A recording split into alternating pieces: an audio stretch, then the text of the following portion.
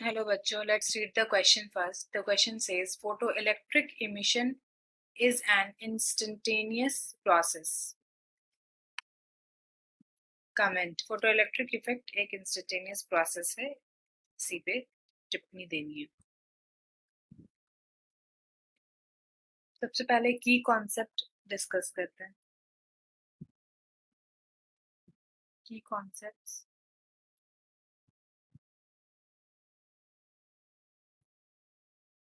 Photo electric effect जब हम पढ़ते हैं तो इस बात को जहन में रखना चाहिए कि फोटो इलेक्ट्रिक इफेक्ट जो है वो फिनोमेना डिस्क्राइब किया जा सकता है by assuming that light has dual nature और पार्टिकल नेचर को कंसीडर करके ही एक्सप्लेन किया जा सकता है फोटो इलेक्ट्रिक इफेक्ट को.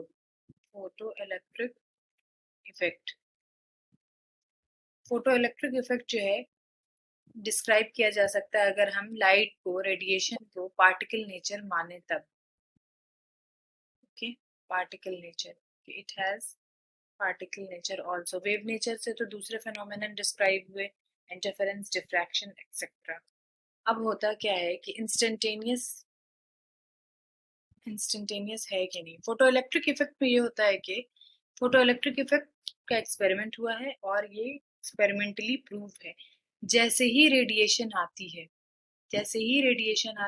ये रेडिएशन फॉल हुई मेटल प्लेट पे, और मेटल प्लेट पे हुई और यहाँ इस पे जो फ्री इलेक्ट्रॉन्स है उस रेडिएशन से जैसे ही रेडिएशन फॉल हुई और इलेक्ट्रॉन्स जो है निकल गए, फोटो इलेक्ट्रॉन्स निकल गए. There is no time lag between the illumination of the radiation by metal surface and the ejection of photoelectron.